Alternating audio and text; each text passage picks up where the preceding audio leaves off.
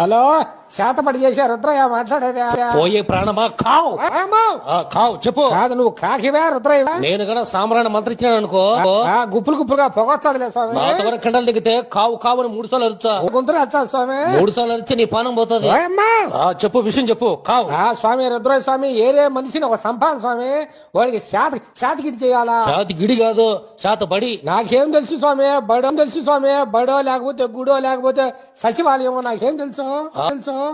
ఎవరిని చంపాలి చెప్పు. వాడు మా ఇంటి పక్క నారాయణ చంపాలా? సరేలే, ఎంటుకులు కావాలి. ఎంటుకులు అది స్వామి, మంగళ సభకు పోయి ఒక 2 మూటలు ఎత్తుకో వచ్చాను. ఎంటుకులు పెద్దయినా ఆ ఎంటుకులు కాదుయా, నారాయణ ఎంటుకులు. అట్టే స్వామి. అంటే కాలి మట్టి కావాలా? ఏమి స్వామి, నీకు మెట్లు లేవా?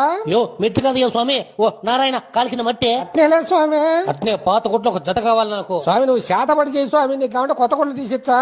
నాకు కాదు స్వామి, ఒక బొమ్మ చేయాలా? కాదు స్వామి, బొమ్మ కావంటే మళ్ళీ చేసుకుంది, ముందు శాతగిడి చేయి స్వామి. స్వామి అది చాతగిడికే స్వామి. స్వామి ఎన్ని రోజులు